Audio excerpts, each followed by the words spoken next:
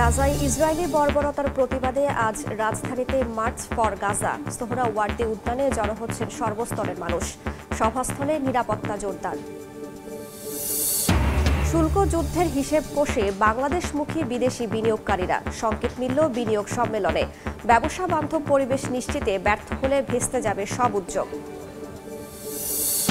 7 college নিয়ে নতুন বিশ্ববিদ্যালয়ের সব ক্যাম্পাসে পড়ানো হবে না সব বিষয়। চলছে সম্ভাব্যতা যাচাই।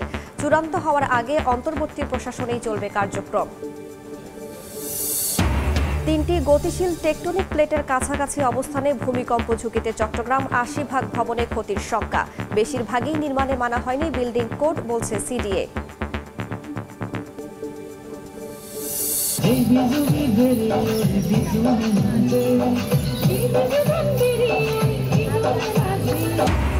পাহাড়ে উৎসবের রং। পুরানোকে বিদায় ও নতুন বছর বরণে বৈশাখীর বর্ণিল আয়োজন।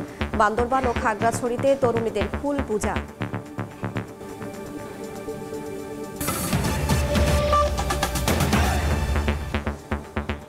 সময় সংবাদের সঙ্গে আছি আমি রাইসা জান্নাত।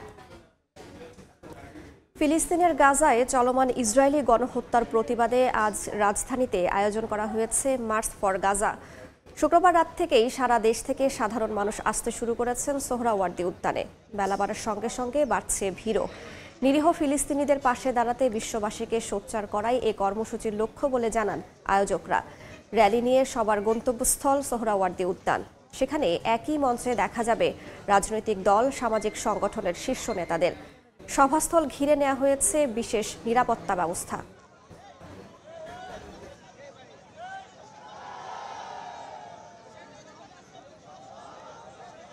শান্তিপূর্ণের সমাবেশকে শান্তিপূর্ণভাবে পৃথিবীর অন্যতম বৃহত্তম গ্যাদারিং করে পুরো বিশ্ববাসীর কাছে আমরা ফিলিস্তিনের পক্ষে সংহতি জানাবো। আমাদের নির্দিষ্ট কিছু গ্যাদারিং পয়েন্ট আছে, অর্থাৎ আমরা যারা গাবতলী বা এই পাশ দিয়ে আসবো, গাবতলী দিয়ে ঢুকবো, মোহাম্মদপুর দিয়ে ঢুকবো, আমরা আসবো হলো বাংলা মোটর। এখান থেকে 2টায় আমরা মার্চ শুরু করে সোহরাওয়ার্দী উদ্যানে আসবো। রাত থেকে মানুষ মোটামুটি আসা শুরু করছে, তবে সকাল ফজরের পর থেকে মানুষের সমাগমটা আলহামদুলিল্লাহ অনেক বৃদ্ধি পেয়েছে। সুশৃঙ্খলভাবে আসবে। বিভিন্ন জায়গাতে আমাদের শৃঙ্খলা বাহিনী দেওয়া আছে যাতে করে কোনো ধরনের উচ্ছৃঙ্খলতা না হয় এবং আমাদের এটা যেন সুশৃঙ্খলভাবে সুন্দরভাবে আমরা যেন আমাদের আজকের দিনের সারাদিনের কার্যক্রমটা শেষ করতে পারি। এই মুহূর্তে সোহরাওয়ার্দী উদ্যানে আছেন রিপোর্টার শফিক মুন্সি। সরাসরি যাচ্ছি তার কাছে। ঐতিহাসিক সোহরাওয়ার্দী উদ্যান ঠিক আরেকটি ইতিহাস তৈরি হবার একদম আগ মুহূর্তে আমরা দাঁড়িয়ে আছি এবং আমরা জানি মার্চ ফর গাজা কর্মসূচির অংশ হিসেবে সারা দেশ থেকে কয়েক লক্ষ মানুষের সমাগমে বিশ্ব মানবতার জন্য আজ বাংলাদেশের মানুষরা তারা রাস্তায় নামবে এবং তারা রাজধানীর বিভিন্ন পয়েন্টে র্যালি করে আজ এই সোহরাওয়ার্দী উদ্যানের সমাবেশ স্থলে ঠিক দুপুর 3টায় তারা সমবেত হয়ে একই সাথে ইসরায়েলের যে আধিপত্যবাদ এবং সন্ত্রাসবাদ কর্মকাণ্ড তার বিরুদ্ধে নিন্দা ঘৃণা প্রদর্শন করবে।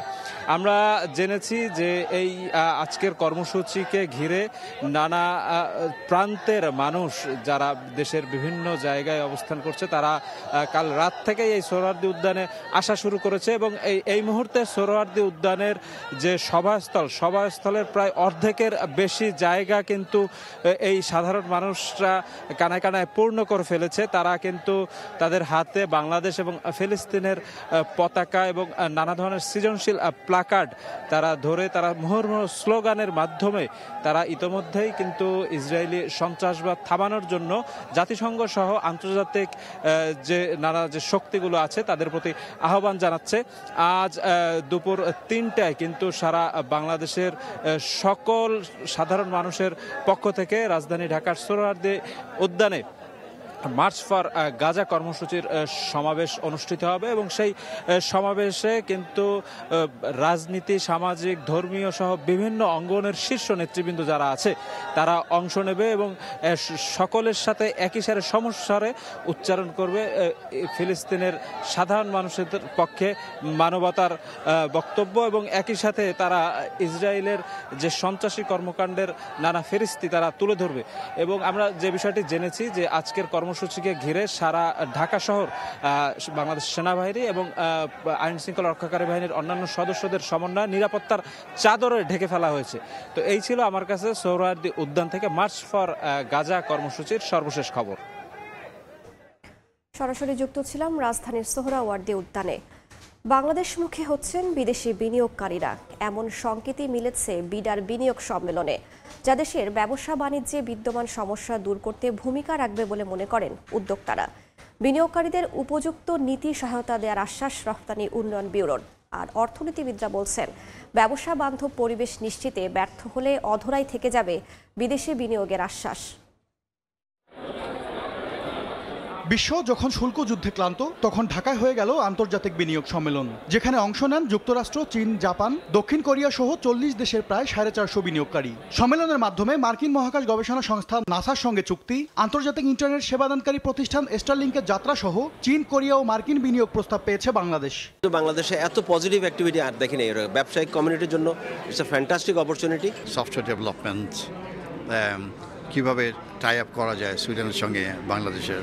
তারা এখানে ইনভেস্টমেন্ট করবে, ইনভেস্টমেন্ট করার মানে হলো ক্যাপাসিটি এনহ্যান্স হবে এবং কৃষিতে আমাদের প্রোডাক্টিভিটি বাড়বে। বিশ্বব্যাপী ছড়িয়ে পড়া শুল্ক যুদ্ধের হিসাব কষে বাংলাদেশকে বিনিয়োগের নিরাপদ গন্তব্য হিসেবে দেখছেন বিদেশি বিনিয়োগকারীরা। এমন দাবি করে তাদের বিনিয়োগ সুরক্ষায় নীতি সহায়তা দিতে কাজ চলছে বলে জানান রপ্তানি উন্নয়ন ব্যুরোর ভাইস চেয়ারম্যান। বিশ্বব্যাপী যে ডাইনামিক্স, গ্লোবাল ট্রেডের ডাইনামিক্স এবং টেরিফ যে ধরনের রেগুলেশনস বা যেগুলো আসছে, তাতে তো আমাদের সম্ভাবনা আরও বেরোচ্ছে। মানে ইনভেস্টরদের একটা বড় রকমের আগ্রহ বাংলাদেশের দিকে তৈরি হচ্ছে। বেশ কিছু নতুন আপনারা দেখবেন পলিসি সাপোর্ট আসবে। অর্থনীতিবিদরা বলছেন, দীর্ঘদিনের আমলাতান্ত্রিক জটিলতা, ঘন ঘন কর কাঠামো পরিবর্তন সহ ব্যবসার প্রতিবন্ধকতা দূর করতে না পারলে বাস্তবে ধরা দেবে না বিনিয়োগের আশ্বাস।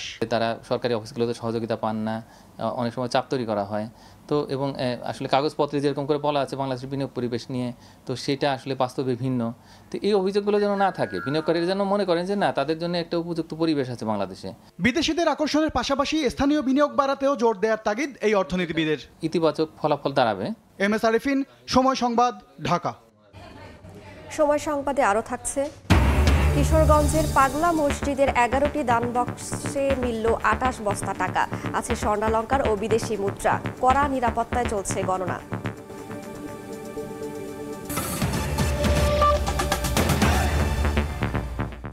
রাজধানীর 7 কলেজ নিয়ে হচ্ছে ভিন্ন ধর্মী বিশ্ববিদ্যালয়। 7 কলেজের বিভিন্ন ক্যাম্পাসে থাকবে বিভিন্ন অনুষদ।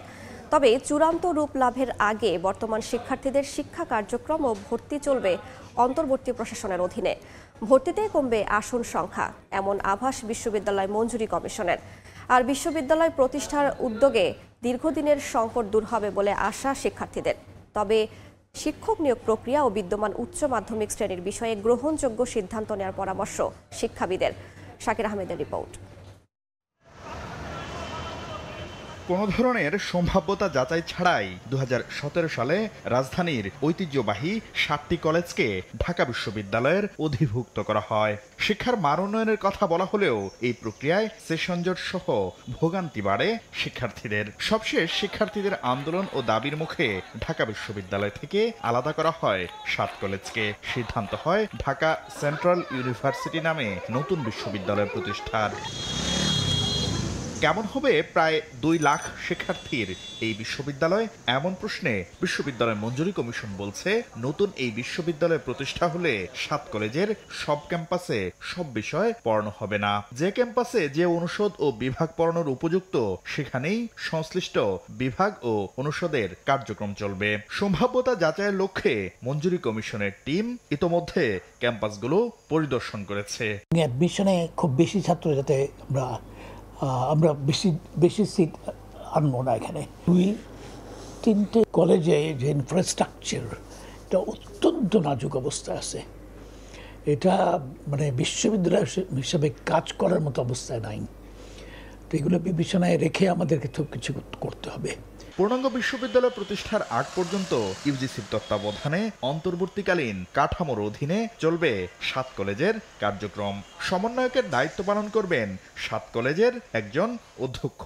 থাকবেন ঢাকা বিশ্ববিদ্যালয়ের পরীক্ষা নিয়ন্ত্রক দফতর, ভর্তি দফতর, রেজিস্ট্রার দফতর ও হিসাব দফতরের প্রতিনিধিরাও। ঢাকা বিশ্ববিদ্যালয় ছেড়ে দিছে, কিন্তু তারা একটা জিনিস কমিটমেন্ট করছে যে তারা দায়িত্বশীল আচরণ করবেন, অর্থাৎ এই যে লক্ষাধিক ছাত্র যারা আছে তাদেরকে তারা ছেড়ে দেবেন না, ফেলে দেবেন না, তাদের এই চলমান প্রক্রিয়াটা ওনারা চালিয়ে যাবেন। যেহেতু ঢাকা ইউনিভার্সিটি সার্টিফিকেট এখনও দিতে হবে যারা particularly those who are students, সেখানে ফরম্যাটটা কী হবে সেটা নিয়ে আমরা আলোচনা করব। নতুন এই সিদ্ধান্তে আশার আলো দেখছেন শিক্ষার্থীরা।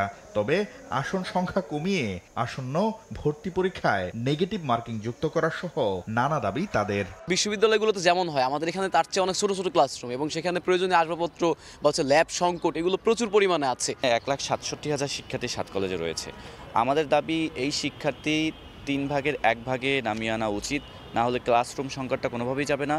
আর ভর্তি পরীক্ষার প্রশ্নের মান আরেকটু স্ট্যান্ডার্ড করা উচিত এবং নেগেটিভ মার্কিং অবশ্যই চালু করা উচিত। আর মানসম্মত শিক্ষা নিশ্চিতে শিক্ষক নিয়োগ প্রক্রিয়া সহ সংশ্লিষ্ট সব বিষয়ে যুগোপযোগী সিদ্ধান্ত নেওয়ার পরামর্শ শিক্ষাবিদদের। কোনো একটা বিভাগ চালু করতে গেলে কমপক্ষে তার প্রয়োজনীয় যে সমস্ত শিক্ষক প্রয়োজন, লাইব্রেরি প্রয়োজন এবং গবেষণাগার প্রয়োজন, শ্রেণীকক্ষ প্রয়োজন, সেগুলো নিশ্চিত করে বিশ্ববিদ্যালয় এস্টাবলিশ করাটা অত্যন্ত জরুরি। তবে নতুন এই বিশ্ববিদ্যালয়ে অন্তর্ভুক্ত না হয়ে আলাদা বিশ্ববিদ্যালয় প্রতিষ্ঠার দাবি করে আসছে তিতুমির কলেজের শিক্ষার্থীদের একটি অংশ। শাকির আহমেদ, সময় সংবাদ, ঢাকা। রাজশাহী বিশ্ববিদ্যালয়ে 2024-25 শিক্ষাবর্ষের স্নাতক প্রথম বর্ষের ভর্তি পরীক্ষা অনুষ্ঠিত হচ্ছে। বিস্তারিত জানাতে রাজশাহী বিশ্ববিদ্যালয়ে আছেন রিপোর্টার মওদুদ রানা, সরাসরি যাচ্ছি তার কাছে। 11টার সময় ভর্তি পরীক্ষা শুরু হবে এবং এরই মধ্যে সুশৃঙ্খলভাবে শিক্ষার্থীরা পরীক্ষার কেন্দ্রে প্রবেশ করতে শুরু করেছে। আমরা রয়েছি মমতাজউদ্দিন কলা ভবনের সামনে। আমরা যেটি দেখেছি এখানে যারা রয়েছেন তারা প্রত্যেকটি শিক্ষার্থীর যে প্রবেশপত্র সেটি তারা যাচাই বাছাই করছেন, এরপর তারা পরীক্ষার যে কেন্দ্রে সেখানে প্রবেশ করতে দিচ্ছে এবং 1 ঘন্টা আগে থেকেই 10টার সময় শিক্ষার্থীরা কেন্দ্রে প্রবেশ করতে শুরু করেছে, যার কারণে কোনো ধরনের ভোগান্তি নেই। আর আপনাকে জানিয়ে রাখি যে এবারই প্রথম রাজশাহী বিশ্ববিদ্যালয়ের যে ভর্তি পরীক্ষা সেটি সারা দেশের 5টি আঞ্চলিক কেন্দ্রে ভর্তি পরীক্ষা অনুষ্ঠিত হচ্ছে, অর্থাৎ ঢাকা, চট্টগ্রাম, খুলনা, রংপুর এবং রাজশাহী কেন্দ্রে একই সাথে একই প্রশ্নে পরীক্ষা অনুষ্ঠিত হচ্ছে এবং আজকে বি ইউনিটের ভর্তি পরীক্ষার মধ্য দিয়ে এই ভর্তির কার্যক্রম শুরু হলো এবং এখানে 559টি আসনের বিপরীতে প্রায় 42,000 শিক্ষার্থী অংশগ্রহণ করছে, অর্থাৎ একটি আসনের বিপরীতে 76 জন শিক্ষার্থী অংশগ্রহণ করবে। আপনাকে জানিয়ে রাখি যে এর আগে আমরা যেমনটি দেখেছি রাজশাহী বিশ্ববিদ্যালয়ের ভর্তি পরীক্ষা মানেই লাখ লাখ শিক্ষার্থী, অভিভাবক রাজশাহীতে আসতেন এবং নানা ধরনের ভোগান্তিতে পড়তেন। এবার কিন্তু সেই চিত্র পাল্টে গেছে। আমরা যেটি দেখেছি সুশৃঙ্খলভাবে শিক্ষার্থীরা বিশ্ববিদ্যালয়ে এসেছে, ক্যাম্পাসে এসেছেন এবং তারা পরীক্ষায় অংশ নিতে পারছেন। বিশ্ববিদ্যালয় প্রশাসনের পক্ষ থেকে যেটি বলা হচ্ছে যে কোনো ধরনের ভোগান্তি নেই এবং যাতে নিরাপত্তা ব্যবস্থা ঠিক থাকে সে লক্ষ্যে গোয়েন্দা, র্যাব, পুলিশ এবং অন্যান্য যেসব বিশ্ববিদ্যালয়ের শিক্ষার্থী রয়েছেন, কর্মকর্তা রয়েছেন, রোভার স্কাউট, বিএনসিসি, তারাও কিন্তু কাজ করছে এবং আমরাও যেটি দেখছি যে খুবই সুশৃঙ্খলভাবে প্রথমবারের মতো রাজশাহী বিশ্ববিদ্যালয়ের এই ভর্তি পরীক্ষা অনুষ্ঠিত হচ্ছে এবং এই যে আজকে যে বি ইউনিটের ভর্তি পরীক্ষা হচ্ছে এখানে বিজ্ঞান বিভাগের শিক্ষার্থীরা, বাণিজ্য বিভাগের শিক্ষার্থীরা এবং মানবিক বিভাগের শিক্ষার্থীরা পরীক্ষায় অংশগ্রহণ করছে।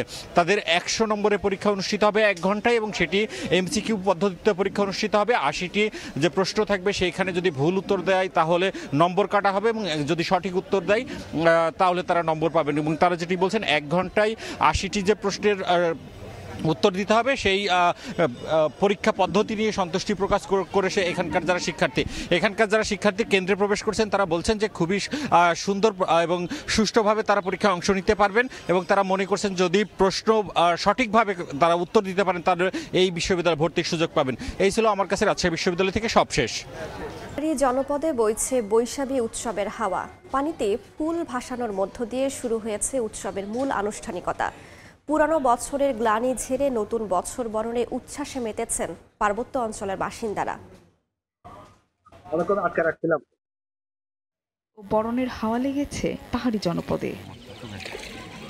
শনিবার সকালে বান্দরবান, রাঙ্গামাটি এবং খাগড়াছড়িতে গঙ্গাদেবীর উদ্দেশ্যে ফুল ও হাতে বোনা নতুন কাপড় ভাসিয়ে শুরু হয় বৈশাখী উৎসবের আনুষ্ঠানিকতা। পুরানো বছরকে বিদায় দিয়ে নতুন বছরকে স্বাগত জানান পাহাড়ের মানুষ। এতে ঐতিহ্যবাহী পোশাক পরে অংশ নেন তরুণ তরুণীরা। পার্বত্য চট্টগ্রামে যেন একটা সাম্প্রদায়িক সম্প্রীতি এবং ভ্রাতৃত্ববোধ গড়ে ওঠে এই সম্মিলিত সংস্কৃতির মধ্য দিয়ে। অতীতে দুঃখ কষ্ট ক্লান্তি এগুলা দূরীভূত করার জন্য আমরা গঙ্গা মায়ের উদ্দেশ্যে এখানে ফুল নিবেদন করে থাকি। পাহাড়িদের এবং বাঙালিদের মধ্যে সম্প্রীতির বন্ধন, সে বন্ধনটা আসলে নিবিড় এবং এটা পরস্পরের প্রতি এতটা ভালোবাসা এটা আমার জানা ছিল না।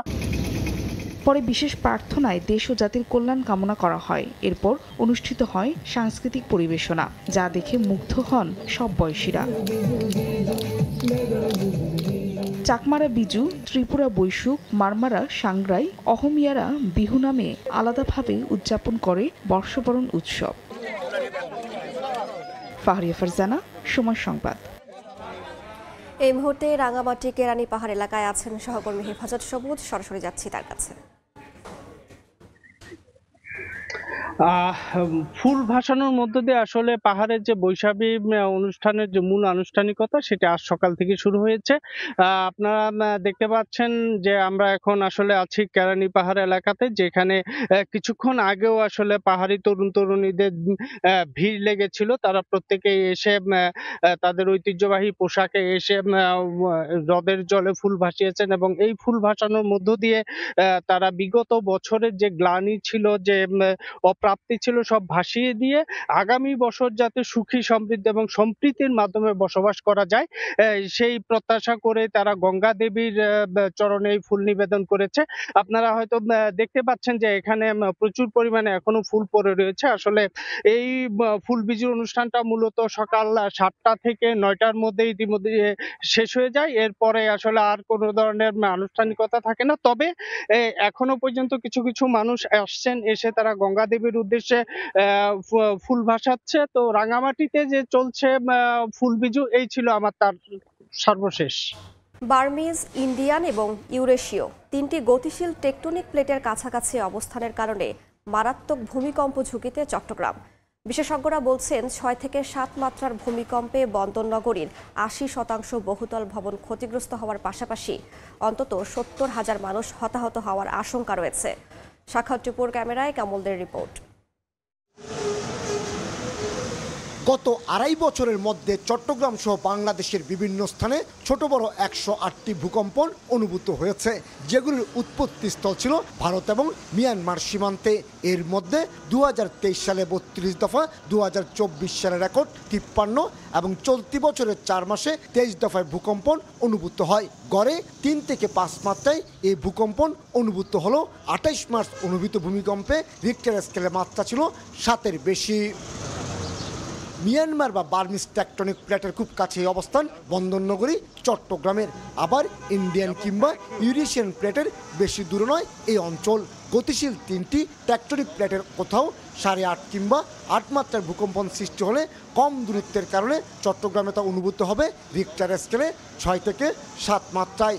আর তাতেই চট্টগ্রামের 80% বহুতল ভবন মারাত্মকভাবে ক্ষতিগ্রস্ত হওয়ার পাশাপাশি 70,000-এর বেশি মানুষ হতাহত হওয়ার আশঙ্কা বিশেষজ্ঞদের। শুধু হতাহত না, এখানে কিন্তু ন্যাশনাল ইকোনমি লস হবে এবং সেগুলো মানুষ মারা যাবে, এটা কথাটা কিন্তু আমাদের যে ইকোনমিটা ধ্বংস হয়ে যাবে। চট্টগ্রাম সমুদ্র বন্দর সেটা কিন্তু মারাত্মক ধরনের ক্ষতিগ্রস্ত হবে। যদি সেটা বন্ধ হয়ে যায় তখন এক্সপোর্ট ইম্পোর্ট বন্ধ হয়ে যাবে। সিডিএর তথ্য মতে 60 বর্গমাইলের এই নগরীতে বর্তমানে 4,01,721টি বহুতল ভবন রয়েছে, কিন্তু অধিকাংশ ভবন যেমন বিল্ডিং কোড মেনে হয়নি, তেমনি এড়িয়ে যাওয়া হয়েছে ভূমিকম্প প্রতিরোধ ব্যবস্থা। 70 থেকে 80% বিল্ডিং কিন্তু ভেঙে যাবে যদি 7 থেকে 7 মাত্রার ভূমিকম্পের উপরে হয়। তো সেই ক্ষেত্রে আমাদের প্রস্তুতিটা কিন্তু থাকতে হবে এখন থেকেই। একদিকে নিম্নমানের সামগ্রী দিয়ে বহুতল ভবন নির্মাণ, অন্যদিকে সাগরের কারণে বাতাসে লবণাক্ততা। এর ফলে ভূমিকম্পে বহুতল ভবনগুলো সহজে ক্ষতিগ্রস্ত হওয়ার আশঙ্কা ফায়ার সার্ভিসের। চট্টগ্রামে যে সকল ভবন আদি নির্মাণ করা হচ্ছে সেক্ষেত্রে একটা সম্ভাবনা রয়েছে যে আপনার সল্টি ওয়াটার ইউজ করলে কিউরিংয়ের ক্ষেত্রে, নির্মাণ সামগ্রী কিউরিংয়ের ক্ষেত্রে এটা একটা অন্তরায় হয়ে দাঁড়ায়। সম্প্রতি অতি ঝুঁকিপূর্ণ 94টি ভবন সরিয়ে নেওয়ার ব্যবস্থা নিতে সিটি কর্পোরেশনকে অনুরোধ জানিয়ে তালিকা পাঠিয়েছে চট্টগ্রাম উন্নয়ন কর্তৃপক্ষ সিডিএ। ভূপ্রকৃতিগতভাবে বন্দরনগরী চট্টগ্রাম ভূমিকম্প প্রবণ এলাকা, এটি সবারই জানা। আর বিশেষজ্ঞরা বলছেন 6 থেকে 7 মাত্রার ভূকম্পন হলে এই নগরীর অন্তত 80% ভবন মারাত্মক ক্ষতিগ্রস্ত হবে। তারপরও টনক নড়ছে না সরকারি সংস্থাগুলোর। অপরিকল্পিতভাবে গড়ে উঠছে এই নগরী, আর বাড়িয়ে তুলছে ভূমিকম্পে প্রাণহানির সংখ্যা। কমল দে, সময় সংবাদ, চট্টগ্রাম। দেখছেন সময় সংবাদ। জাতীয় সংসদ ভবনের এলডি হলে জাতীয় ঐকমত্য কমিশনের সঙ্গে আলোচনায় বসেছে বাংলাদেশ জাসদ। সেখানে আছেন রিপোর্টার শাকির আহমেদ, সরাসরি চলে যাচ্ছি তার কাছে। জাতীয় সংসদের পার্লামেন্ট এলডি হলে বাংলাদেশ জাসদের সঙ্গে জাতীয় ঐকমত্য কমিশনের যে বৈঠক সেটি কিন্তু 10টায় শুরু হয়েছে এবং এই কমিশনের যে যিনি প্রধান রয়েছেন সহসভাপতি প্রফেসর আলী রিয়াজের নেতৃত্বে কমিশনের সদস্যরা রয়েছেন। পাশাপাশি বাংলাদেশ জাসদের সাধারণ সম্পাদক নাজমুল হক প্রধান সহ জাসদের যে অন্যান্য নেতৃবৃন্দ তারা কিন্তু আজকের আলোচনায় অংশগ্রহণ করেছেন। আলোচনার শুরুতেই অর্থাৎ বৈঠকের শুরুতেই কিন্তু তারা গণমাধ্যমকে একটি ব্রিফ করেছেন, কমিশনের পক্ষ থেকেও ব্রিফ করা হয়েছে। পাশাপাশি নাজমুল হক প্রধান, যিনি বাংলাদেশ জাসদের সাধারণ সম্পাদক, তিনিও কিন্তু জাসদের যে প্রস্তাবনাগুলো জাতীয় ঐকমত্য কমিশনে জানানোর কথা রয়েছে সেগুলোও কিন্তু তারা গণমাধ্যমকে ব্রিফ করে জানিয়েছেন। আমরা এখন পর্যন্ত তাদের কাছ থেকে যে বিষয়গুলো জানতে পেরেছি, তারা কিন্তু বলেছেন যে এই যে সংস্কারের যে বিষয়গুলো রয়েছে সেই বিষয়গুলোতে তারা তাদের মতামত জানাচ্ছেন। সেক্ষেত্রে তারা প্রধান গুরুত্ব দিচ্ছেন যে দলীয় প্রধান এবং প্রধানমন্ত্রী যেন একই ব্যক্তি না হন। পাশাপাশি রাষ্ট্রপতির ক্ষমতা যেটি রয়েছে সেটিকে স্পষ্টভাবে উল্লেখ করা। পাশাপাশি বিচার বিভাগ নিয়েও তারা কথা বলেছেন যে বিচার বিভাগের প্রধান বিচারপতি সহ নিয়োগ যেগুলো রয়েছে সেগুলোতে রাষ্ট্রপতির ক্ষমতা বাড়ানোর কথা তারা বলেছেন। পাশাপাশি সংবিধানের শুরুতে বিসমিল্লাহির রহমানির রহিম যে বিষয়টি রয়েছে সেটির বিষয়ে তারা তাদের মতামত জানিয়েছেন। এবং তারা কিন্তু আরেকটি বিষয় বলেছেন যে দুর্নীতি দমন কমিশন যেটি দুদক রয়েছে সেটিকে শক্তিশালী করা এবং পৃথক সচিবালয়ের আন্ডারে, অর্থাৎ কমিশন না করে নির্বাচন কমিশনের মতো পৃথক সচিবালয়ের আন্ডারে দুদককে প্রতিষ্ঠা করে দুদককে আসলে নির্বাহী বিভাগের যে ক্ষমতা বা নির্বাহী বিভাগের যে হস্তক্ষেপ সেটি থেকে মুক্ত করা। পাশাপাশি তারা কিন্তু আরও কিছু প্রস্তাবনা দিয়েছেন, সেগুলোর মধ্যে রয়েছে শিক্ষা স্বাস্থ্য সহ অন্যান্য ক্ষেত্রে যে সংস্কারগুলো রয়েছে যেগুলো খুব দ্রুত সময়ের মধ্যে করা সম্ভব, সেই সংস্কারগুলো যেন অধ্যাদেশ বা নির্বাহী আদেশের মাধ্যমেই করা হয় সেই প্রস্তাবনা তারা দিয়েছেন। পাশাপাশি তারা বলছেন যে প্রস্তাবগুলোতে আসলে সব রাজনৈতিক দলগুলোর ঐক্যমত্য হবে না বা দ্বিমত রয়েছে, দ্বিধাদ্বন্দ্ব রয়েছে, সেই প্রস্তাবনাগুলো পরবর্তীতে অর্থাৎ নির্বাচিত সরকার আসার পরে সেগুলো যেন বাস্তবায়ন করা হয়, এমনটি কিন্তু তারা মতামত দিয়েছেন। তো সার্বিকভাবে তারা তাদের যে পর্যবেক্ষণ সেটি জাতীয় ঐকমত্য কমিশনে তারা তুলে ধরেছেন এবং তারা বলছেন যে পরবর্তীতে আরও যে তাদের পর্যবেক্ষণ সেটি তারা আনুষ্ঠানিকভাবে এই কমিশনকে জানাবে। কমিশনের বৈঠক চলছে। এই ছিল জাতীয় সংসদের পার্লামেন্ট এলডি হল থেকে বাংলাদেশ জাসদের সঙ্গে জাতীয় ঐকমত্য কমিশনের বৈঠকের সবশেষ খবরাখবর। সরাসরি যুক্ত ছিলাম জাতীয় সংসদ ভবনে। কিশোরগঞ্জের পাগলা মসজিদের 11টি দান বাক্স খুলে এবার পাওয়া গেল 28 বস্তা টাকা। দেশি টাকার পাশাপাশি মিলেছে স্বর্ণালংকার ও বিদেশি মুদ্রাও। সকাল 7টার দিকে জেলা প্রশাসনের দায়িত্বপ্রাপ্ত কর্মকর্তাদের উপস্থিতিতে দান বাক্সগুলো খোলা হয়। টাকা গণনা শেষ হওয়া পর্যন্ত মসজিদ ঘিরে কঠোর নিরাপত্তা বলয় থাকবে। এবার 4 মাস 11 দিন পর খোলা হলো দান বাক্সগুলো।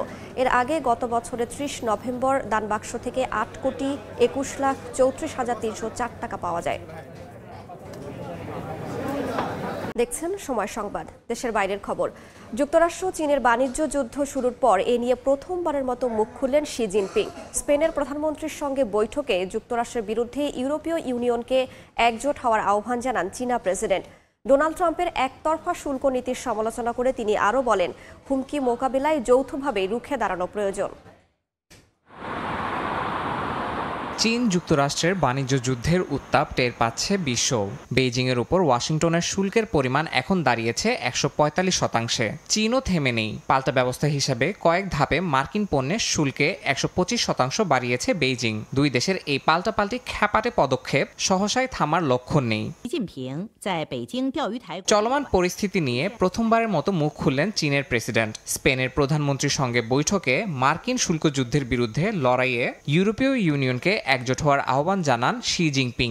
বলেন, চীন ও ইউরোপীয় ইউনিয়নের উচিত আন্তর্জাতিক দায়িত্ব পালন করে অর্থনৈতিক বিশ্বায়নের ধারা এবং আন্তর্জাতিক বাণিজ্যের পরিবেশ একসঙ্গে রক্ষা করা। পাশাপাশি মার্কিন প্রেসিডেন্টের একতরফা হুমকি যৌথভাবে রুখে দাঁড়ানোর তাগিদ দেন। শি জিনপিং আরও বলেন, বাণিজ্য যুদ্ধে কেউ জয়ী হয় না। বিশ্ব অর্থনীতির স্থিতিশীলতা নিশ্চিত করতে ইউরোপীয় ইউনিয়নের গুরুত্বপূর্ণ ভূমিকা পালন করার অবকাশ আছে, কারণ ইইউকে বিশ্বের গুরুত্বপূর্ণ মেরু হিসেবেই দেখে আসছে চীন। এ সময় ইউরোপের ঐক্য ও বিকাশে দৃঢ়ভাবে সমর্থন দেয়া প্রধান দেশগুলোর মধ্যে বেইজিং আছে বলে উল্লেখ করেন চীনের প্রেসিডেন্ট। বৈঠকে স্প্যানিশ প্রধানমন্ত্রী পেদ্রো সানচেজ বলেন, পরিস্থিতি নিয়ন্ত্রণে চীন ও যুক্তরাষ্ট্রের উচিত সরাসরি আলোচনায় বসা, পাশাপাশি চীন ও ইউরোপের মধ্যকার সম্পর্ক আরও ভারসাম্যপূর্ণ করার আহ্বান জানান। ইয়াসিন মোহাম্মদ জিসান, সময় সংবাদ। এবার যুক্তরাষ্ট্রের ফ্লোরিডায় ছোট বিমান বিধ্বস্ত হয়ে ৩ জন নিহত ও 1 জন আহত হয়েছেন। ফ্লোরিডার বোকা রেটন বিমানবন্দরের কাছে বিমানটি দুর্ঘটনার মুখোমুখি হয়। বিমানের ধ্বংসাবশেষ ছড়িয়ে পড়ে আশপাশের সড়ক এবং রেললাইনের ওপর। দুর্ঘটনার পরপরই বিমানবন্দরটি সাময়িকভাবে বন্ধ করে দেওয়া হয়েছে। বন্ধ রয়েছে নর্থ মিলিটারি ট্রেইল এলাকাও।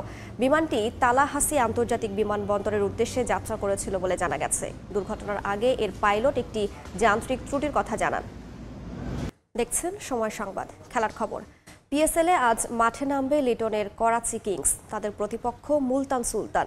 দুদলের ম্যাচ শুরু হবে বাংলাদেশ সময় রাত 9টায়। প্রথমবারের মতো পাকিস্তান সুপার লিগে খেলবেন লিটন দাস। সবশেষ বিপিএল এর পারফরমেন্স ও অভিজ্ঞতার উপর ভিত্তি করে তাকে দলে ভিড়িয়েছে করাচি কিংস। দলে একমাত্র অভিজ্ঞ উইকেট কিপার লিটনই, তাই এই ম্যাচে তার খেলার সম্ভাবনাই বেশি।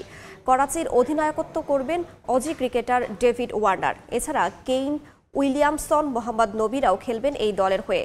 শান মাসুদ, খুশদিল শাহ, আব্বাস আফ্রিদিরাও আছেন একই দলে। রিজওয়ানের মুলতান সুলতানের বিপক্ষে ম্যাচটা হবে করাচির ন্যাশনাল ব্যাংক স্টেডিয়ামে, তাই ঘরের মাঠের ম্যাচে কিছুটা এগিয়ে থাকবে লিটনরাই।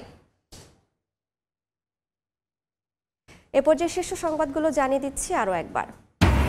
গাজায় ইসরায়েলি বর্বরতার প্রতিবাদে রাজধানীতে মার্চ ফর গাজা। সোহরাওয়ার্দী উদ্যানে জড়ো হচ্ছেন সর্বস্তরের মানুষ। সভাস্থলে নিরাপত্তা জোরদার। বর্ষবরণ আনন্দ শোভাযাত্রার জন্য তৈরি করা মোটিফে দুর্বৃত্তের আগুন। পুড়ে গেছে ফ্যাসিবাদের মুখাকৃতি ও শান্তির পায়রা। পাহাড়ে বৈশাখী উৎসবের বর্ণিল আয়োজন।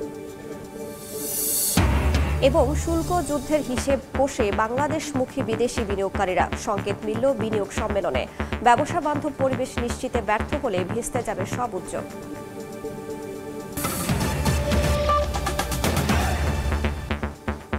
এই ছিল সময় সংবাদের সঙ্গেই থাকুন সময়।